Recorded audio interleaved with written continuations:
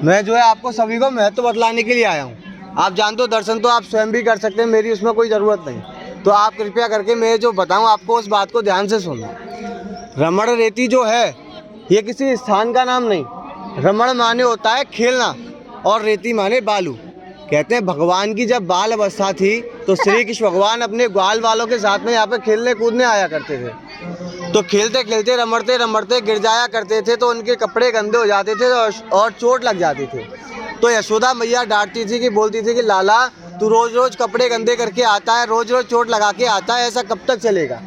तो यशोदा मैया ने जब श्री कृष्ण भगवान को ज़्यादा ज़ोर से डांट दिया तो श्री कृष्ण भगवान थोड़े से नाराज़ हो गए और नाराज़ होकर यहाँ पे आए और भूमि को वरदान दिया। वरदान में क्या दिया कि तुम में रमड़ने वाला कोई भी व्यक्ति और रमड़ते रमड़ते गिर जाए तो ना तो कभी उसके चोट आएगी और ना ही कभी उसके कपड़े गंदे होंगे। यहाँ की जो विशेषता है, आप कितना भी इसमें रमड़ लीजिए ना तो कभी आपके कपड़े गंदे हो सकते हैं और ना ही आपकी कभी चोट आ सकती है। और यहाँ के दो ही महत्व हैं, एक महत्व है घर बनाना और दूसरा महत्व है लोट लगाना। आपने शायद कभी सुना हो यहाँ घर क्यों बनाते हैं, कहते हैं हमारे घरों पे बुरी नजरें। आपने कभी सुना है? बूढ़े बुजुर्ग जो लोग होते हैं वो कहते हैं इन बातों को कि हमारे घरों पे बुरी नजरें हैं या किसी भी कारणवश घर नहीं बन पाता, तो इसीलिए अनामिका उंगली से घर बनाया जाता है। जो हमारे घर पे रोग दोष होते हैं, लोगों की बुरी नज़रें होती हैं, वो हट जाती हैं। और दूसरा यहाँ लोट लगाई जाती है।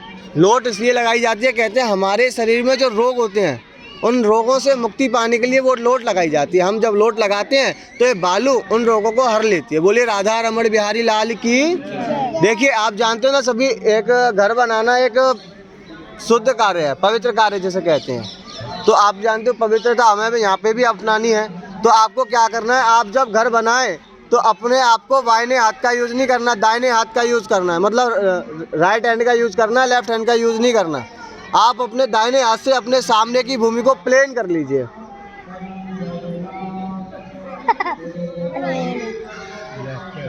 एक हैंड से समय हैंड को नहीं यूज करना, इस हैंड को यहाँ पे रख, इसको हिलाना भी नहीं है उस हैंड से। उल्टा करिए सारे मेरे कपड़े यार, कोई बात नहीं, कोई नहीं कर लो, ऐसे करो। नहीं इसको इधर लीजिए। हाँ जी, देखिए ये है हमारी अनामिका उंगली, जो हमारे हाथ की सबसे पवित्र उंगली मानी जाती है। कहते हैं हम पूजा पाठ का जो भी कार्य करते हैं, टीका वगैरह जब लगाते हैं तो इसी से लगाते हैं। आप इस उंगली से पहले एक नीचे लाइन खींच दीजिए जिसे हम नीम बोलते हैं। इस पे ऐसे करके दो दीवार रख दीजिए।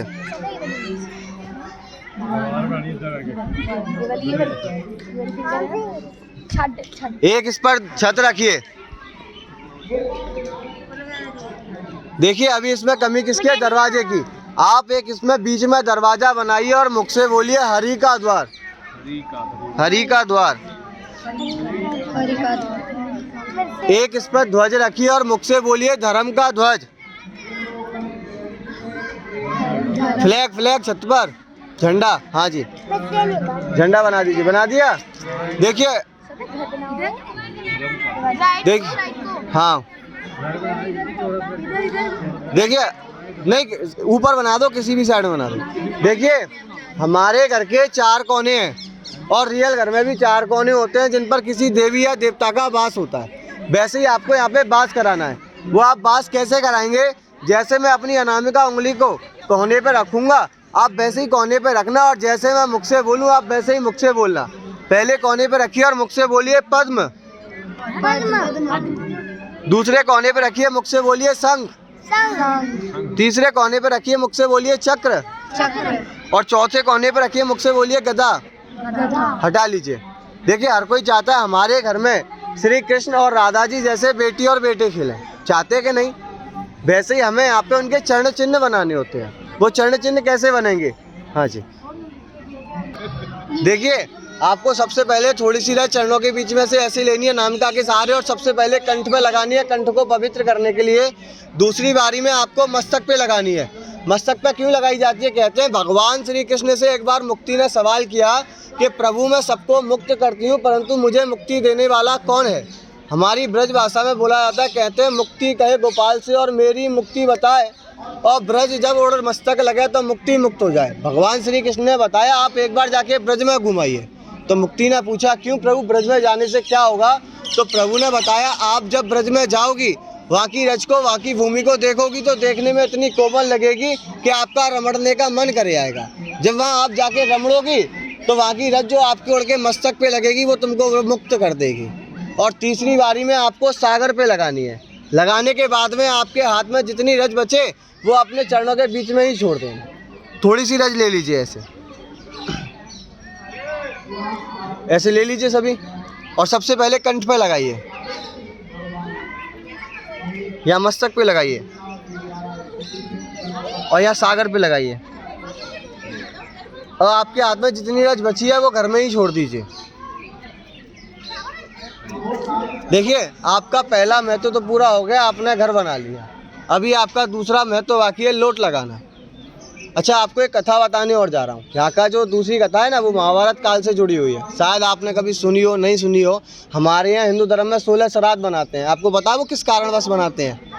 बनाते तो इसलिए कि पितरों को दिया जाता है, परंतु बनाते क्यों हैं? कहते हैं, आपने शायद नाम सुना हो, आपने नाम सुना होगा राजा कर्ण का। वो दानवीर कर्ण के नाम से भी जाने जाते थे। कहते हैं महाभारत के युद्ध के उपरांत जब उनकी मृत्यु हुई थी तो मृत्यु के बाद उन्हें बैकुंठ मिला। आप जानते हो ना, बैकुंठ एक ऐसी जगह है जहाँ किसी को भी मिल जाए कोई संकोच नहीं रहता, परंतु राजा कर्ण को बैकुंठ में जाके भी संकोच था।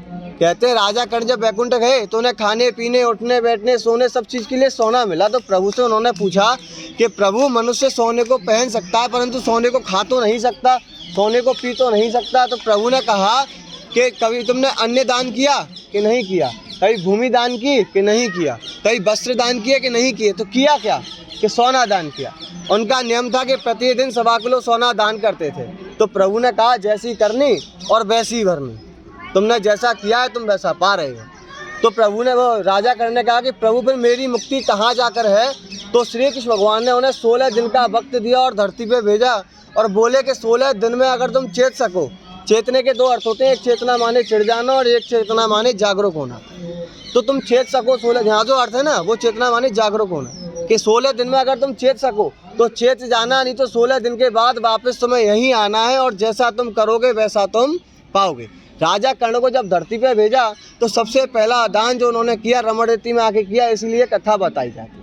आपकी दोनों कथा पूरी हो गई, एक महत्व पूरा हो गया। अभी आपका दूसरा महत्व बाकी है, लोट लगाना। आप अभी इस घर को साइड वाली बालू से लेके ढक दीजिए।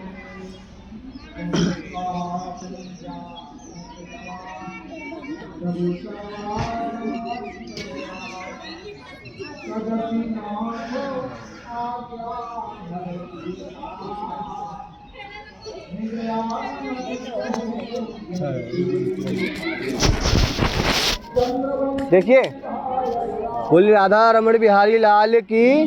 ऐसे ताली बजाइए। हाथी घोड़ा पाल की, हाथी घोड़ा पाल की, हाथी घोड़ा पाल की। दोनों हाथों को एक बार ऊपर करके और अपने मन से हंस जाओ। अरे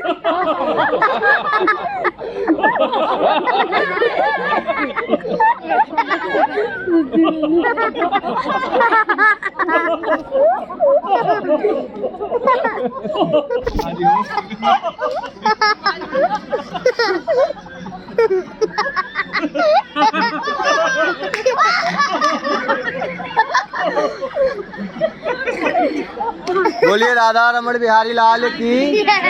अभी देखिए आपका दूसरा महत्व बाकी है, लोट लगाना। आपको लोट कैसे लगानी है? आपको सिर तो इधर रखना है मंदिर साइड में और आपको पैर इधर साइड में करने हैं। आपको 2 पलटी तो लोट के इधर को खानी है और मुख से बोलना है राधे राधे, और 2 पलटी उधर को खानी है, मुख से बोलना है श्री कृष्ण कृष्ण कृष्ण कृष्ण। आप जब लोट लगाएं तो एक बात का विशेष ध्यान रखें, आपके पैर किसी से लगे नहीं। क्यों? क्योंकि आप किसी शुभ कार्य को करने जा रहे हैं। आपके जब पैर लगेंगे तो आपका दोष अपराध लगेगा। तो इसीलिए आपको लोट के मतलब बिना पैर लगाए ही लोट लगानी है। बोलिए राधा रमण बिहारी लाल की। देखो एक बार और हंस जाइए अपने मन से। हंसना कैसे? ऐसे ताली बजाइए। राधे श्याम राधे श्याम राधे श्याम। दोनों हाथों को ऊपर करके अपने मन से हंस जाओ। अरे मन से हंसो।